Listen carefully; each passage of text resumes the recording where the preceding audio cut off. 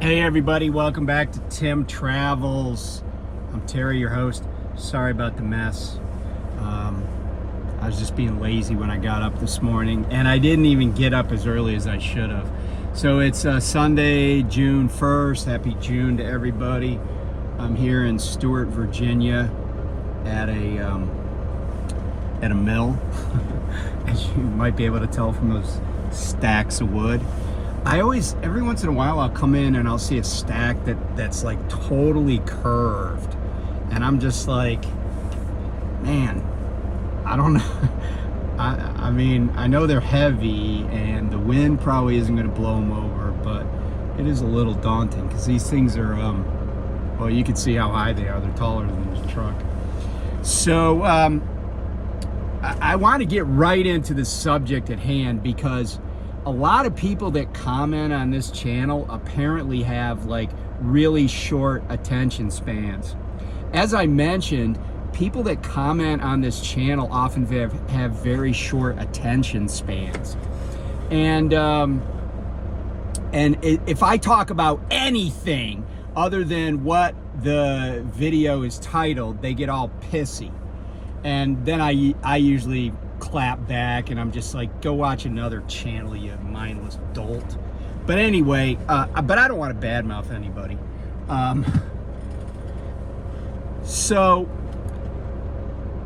you know, I've been thinking a lot. So obviously I know a lot of people at Prime, and I know there are people that are like, oh, all you ever talk about is Prime, which of course is false if you just even read titles to my videos. But I'm going to talk about Prime only because I do have a lot of friends there. I've worked, I was a contractor there, or my company was. My son was a contractor there and got his CDL there. I just know a lot of people there, and I still have contact with them.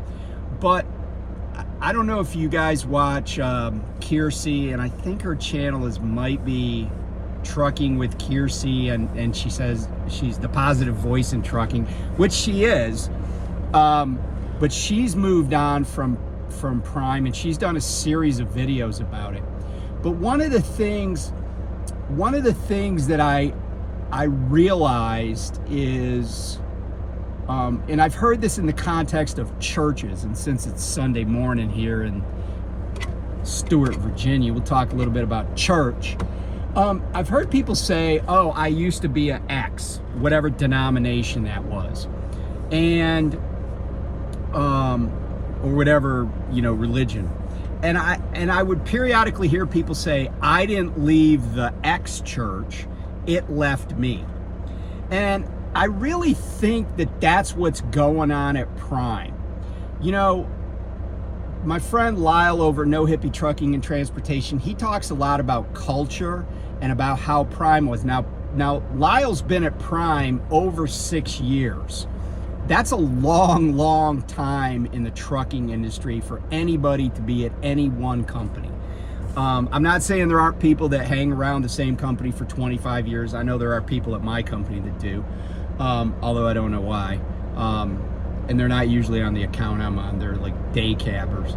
But he talks about how things were. And, it's really funny because I now am 4 years past when, or no, I take it back. I'm almost at the 4-year mark of when I started at Prime. And I was there basically 3 years. And I noticed a serious shift even while I was there. But a lot of things in the 13 months I've been gone from there, there have been, serious changes that have really impacted a lot of people, and a lot of people have left. But maybe they didn't leave Prime, Prime left them. Because it's no longer the company where, people walk around talking about how Robert Lowe is taking care of people and was like everybody's dad, kind of, like he really did care. Like, he's relinquished day-to-day control, and now it's a bunch of mercenary people that are, quite frankly, they're overmatched in a way. I was talking to somebody who, by the way, has an MBA, So go figure, right? He's driving a truck. And I was talking to him, and I said, have you ever looked at the bios of all the people they have their pictures on the website? These people are, intellectual lightweights.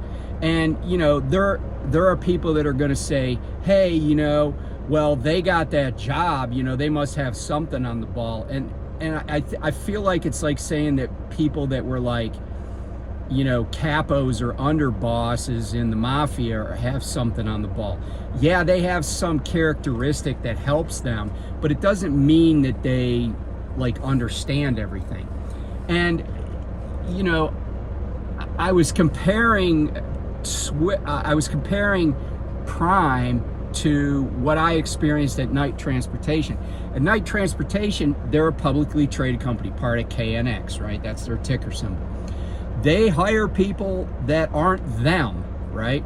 If you went to the corporate headquarters of Night, at least when I was there, it's in Phoenix, and you saw all sorts of people that you're never gonna see in senior leadership positions at Prime. You saw like Latinas, you saw black people, I know Dennis Davis is there, but whatever. But it was, and then people didn't stay forever, right? Like when Swift was brought under KNX's umbrella, KNX or Knight was like, okay, you guys had some issues, we're gonna help fix them. And KNX or Knight said, oh, hey, you're the vice president of X, you go over to Swift now, and the person that was in that role at Swift is gonna come over here. Right? They didn't fire people. They just said, hey, we're going to mix it up, kind of like the military does, right? Like every so many years, everybody's transferring. So you don't get this stasis. You don't get these clowns that have been in the same frickin' position for 25 years. They have zero reason to change anything for the better. And a lot of the stuff I think that's happened at Prime is leaving their drivers, not the other way around. And Prime is abandoning their contractors. Evidence of that, the Trans Am debacle. And I say it's a debacle. I'm sure that people in these executive suites at Prime don't think it is, because I think they're making as much money as they ever did, maybe more, right? And they're just taking advantage of contractors and their drivers. And I said to a different person who used to be at Prime, I said, hey, when's the last time since this thing occurred, which was I think about a year ago now, because I was still at Well when it happened. I think I was. When's the last time you saw when you saw a Trans Am tractor pulling a Trans Am trailer? And honestly, it's exceedingly rare now. Now I get the fact that I run in a much smaller footprint than I used to. I basically run from like Western New York down to southwestern Virginia. So Virginia, West Virginia, Maryland, Pennsylvania, New York. Those are the states I run now. And I'm not on the road every day of the week like I often was in the past. But ask yourself, or do my little survey. The next time, just keep track in your head a little bit. See how many Trans Am tractors you see pulling Trans Am trailers anymore. Like by the way, yesterday, Saturday, I picked up early in the morning. It was still dark. By the time I got down off the mountain and out to 81, I went to scale at the Loves at exit 24 in Virginia, in Meadowview. And I'm pulling off the freeway, and the first truck I encounter coming out of Loves is a Prime trailer, and it's being pulled by Trans Am. And I bet yesterday I saw probably, I'm gonna say, that I kind of made a mental note of, I probably saw 5 Prime trailers, and one of them was being pulled by Trans Am. But you know, and you say, okay, 1 out of 5, that's not a lot. Well, it is. It's 20%. But also, I want to just share an anecdote that somebody related to me recently. So there was this driver at Prime, and they're leasing at Prime, and they told me that they had some struggles, like sales screwing stuff up. And by the way, I don't think sales screws up as much as people think. I think, and I say it that way, they don't screw it up. What they're doing on purpose. So when you get a load and it says, like today's Sunday, it's basically 9 o'clock Sunday morning. And by the way, the reason I'm sitting is because I took a bunch of time doing some work on some trailers here, and that I will get paid for. And so I didn't want to have like an hour and 15 minutes just off my 14-hour clock. So I'm just waiting until I get to 2 hours. I also did all my trip reports. But anyway, they're like, they got jerked around on a load, or a couple of loads actually. And then they said something to their fleet manager, and their fleet manager basically was like, well, you've been making really good money. And that is gaslighting 101 right there. It's bullshit. It doesn't matter. And I said to them, I was like, hey, you're not running a fucking charity, right? Like you're out there to make as much money as you possibly can. And and you got to look at it this way. Every single lease operator is in competition with every single other lease operator or contractor. Anybody that's got a trailer on their back is your competition. Now, I enjoyed the camaraderie at Prime, and I enjoy the camaraderie at my current company. I don't consider the other drivers on my account my competition, because there's more than enough work to go around. Sometimes my driver manager has to send out messages, hey, people need to get back on the road. He doesn't do that to me. He doesn't have to, but sometimes, or he'll be like, hey, you can't just run 8 hours a day. You got to run more. So anyway, but everybody's competition, right? So with that in mind, he's talking to his driver manager, and the driver manager's like, and I got this, everybody gets this. They're like, oh, well, your last 3 weeks or whatever they do, your last 4 weeks, you average blah, blah, blah. Who gives a shit, right? That's ancient history. It's in the rear view mirror, okay? And you got to look at it that way. No company, and here's the thing, Prime, those people that I was talking about, those touchy bitches up in the executive suite, the Stan Almonds of the world, the corporate douchebags, they don't think that way. They don't go, hey, we need, somebody doesn't go to the sales department and go, hey, can we we need some more loads. You guys need to hustle. You guys need to be working the phones. Nobody says that and then gets the response, dude, last month we made this much. That's not a thing in business. Why would it be a thing for a driver that's in business? And his business partner's like, oh, dude, you made enough money already. Nobody says that. Don't fall for that bullshit trap. Don't fall for that gaslighting. But anyway, he gets a load that he was like, okay, this is a cool load.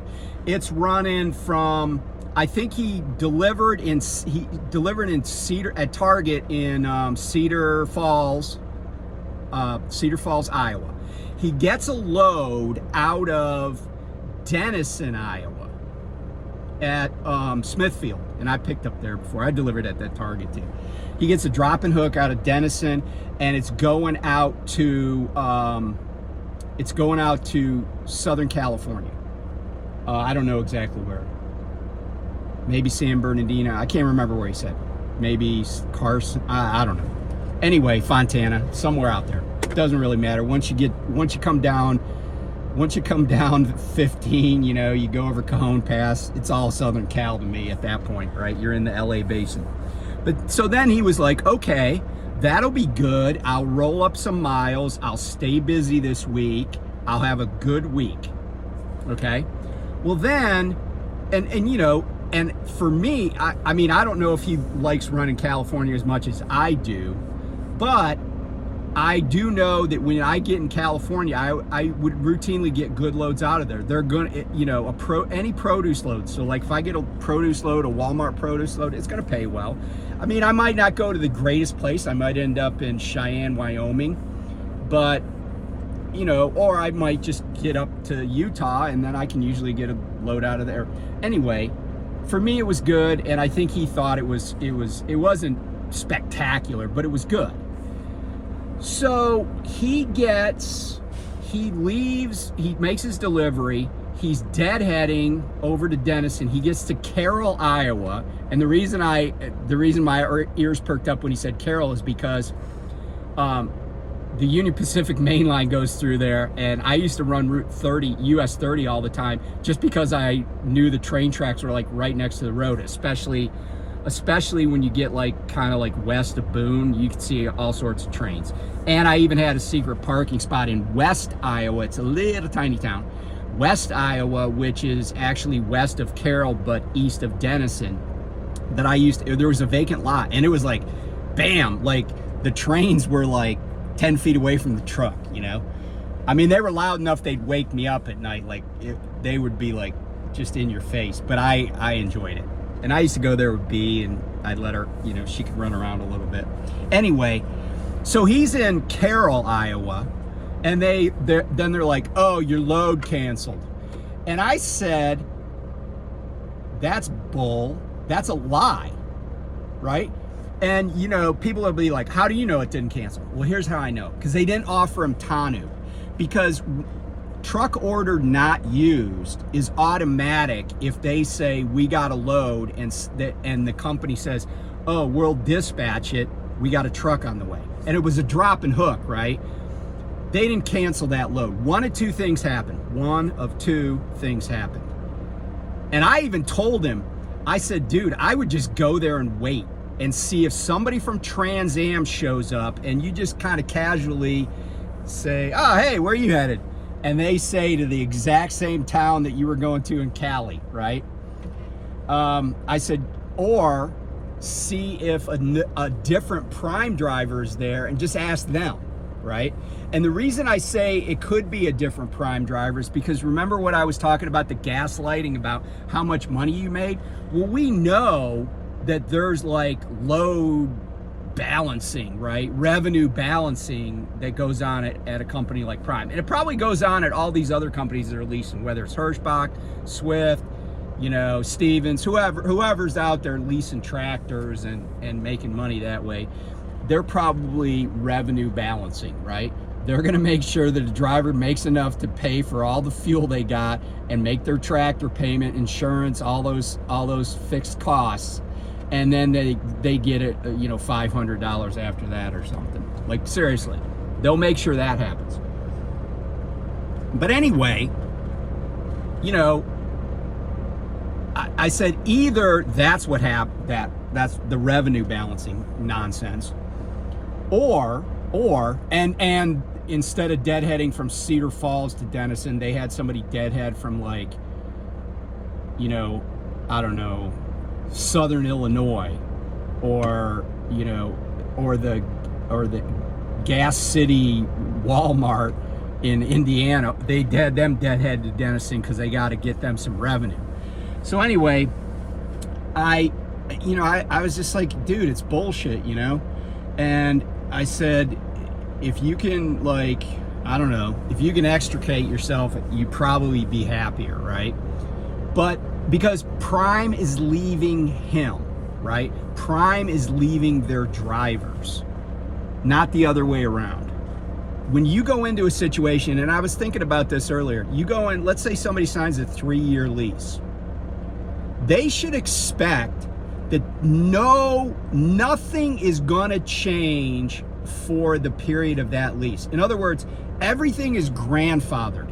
So like, in the middle of your lease, they shouldn't be able to put driver-facing cameras in the cabs.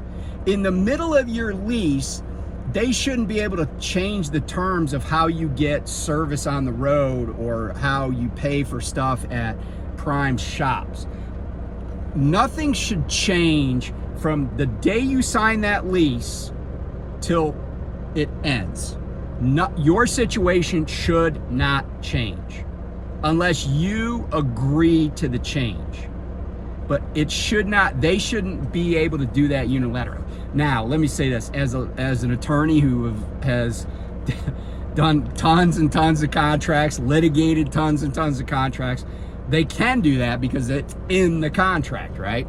But it really, just on the principle, they shouldn't be able to. But anyway, so he was like seriously demoralized, seriously pissed. And then, you know, he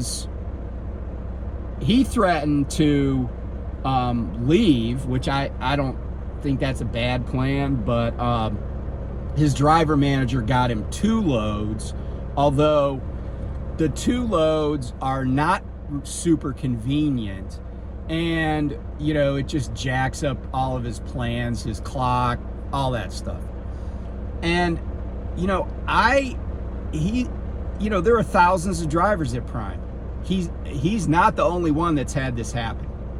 But anyway, getting back to the second possibility on that load out of Denison, and I've talked about this before, but with Trans Am, and by the way, when I came to Prime, Wilson and a lot of the different, like I think it's GLC or I can't remember, a lot of the A fleeters were around. And I just accepted Wilson as part of the landscape. I never had any animosity towards Wilson. And I guess even if I was at Prime, I wouldn't necessarily have animosity towards anybody at Trans Am because they're just trying to survive, right? But, you know, I feel like Prime is that guy that when, you know, everybody says get to the tornado shelter and one person's like, no, I need to go over to 7-Eleven and get a Diet Coke first.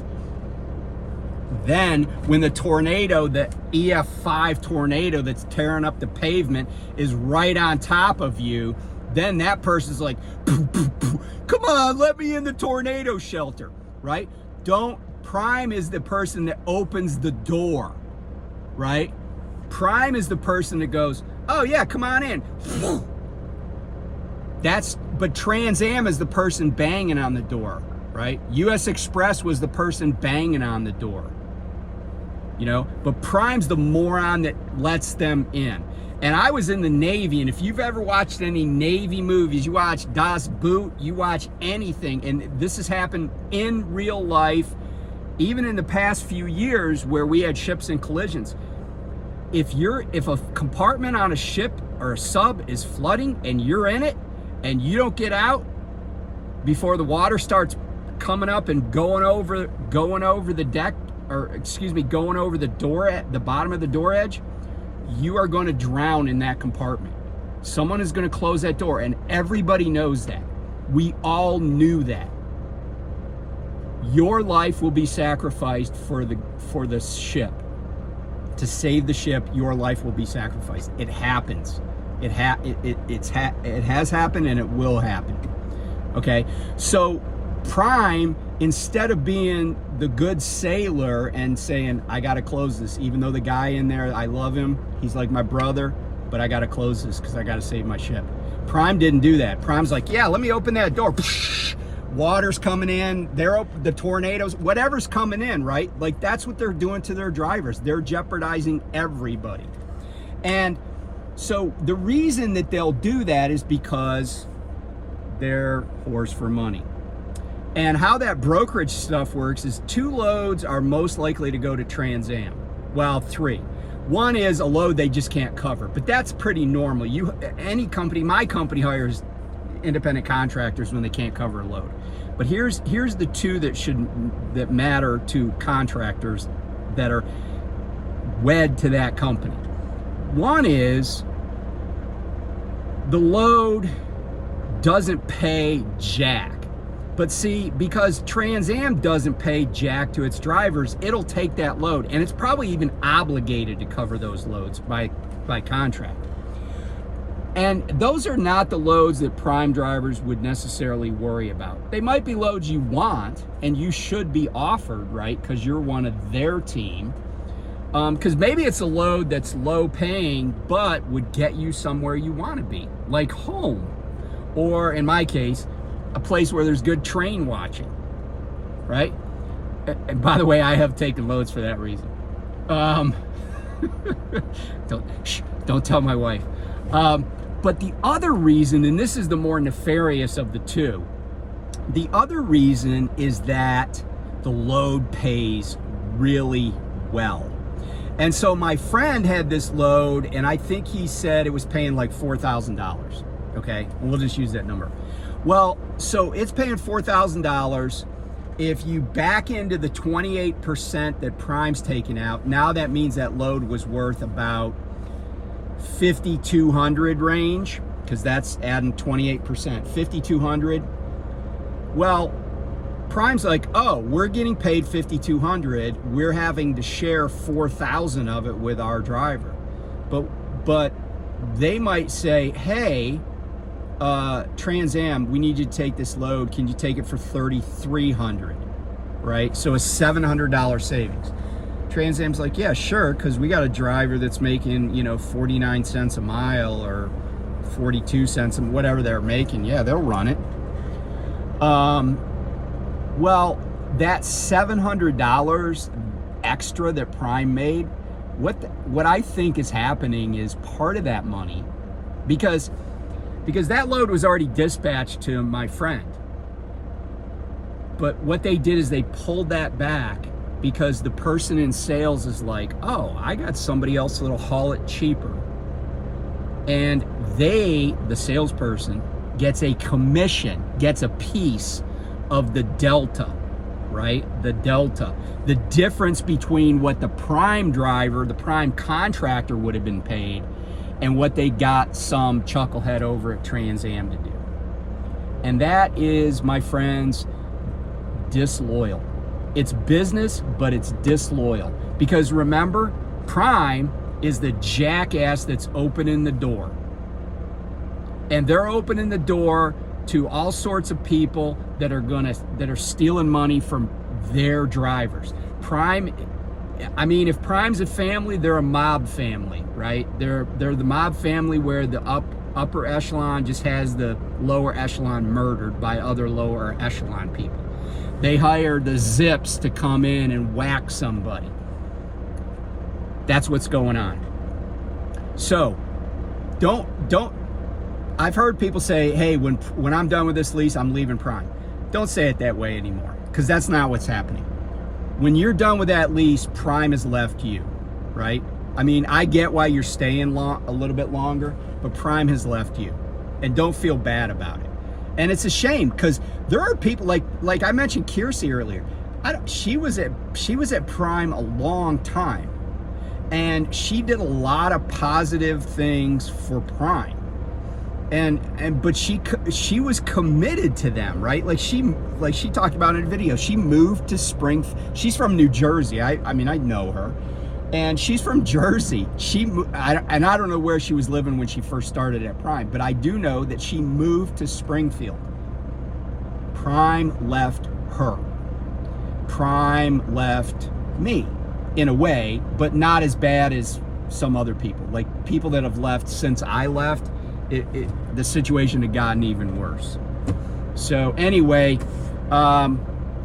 just some Tim Travel's philosophy on how things are going. And by the way, I don't know that other companies aren't doing the same thing. I mean, I see, I think a lot of these big companies, if they got people that are contracted to them, they'll still use other contractors and pull loads. And I was even a victim of it, not in any major way, but but there were a lot of brokered loads at GP Transco, and I remember one time I was getting loaded. And my driver manager calls me and he's like, hey, have they started putting truck, because my doors were open. I was actually on the loading dock. And I said, he said, did they start putting stuff in your trailer yet? And I'm like, no, they're just gathering it. Cause it was actually at a Smith transport warehouse in Roaring Spring, PA. I said, no. He goes, okay, don't let them load it because the broker took this load back. And he goes, they probably found somebody that would do it for cheaper. You know, that's trucking. But anyway, be safe, and I'll talk to you soon. Bye.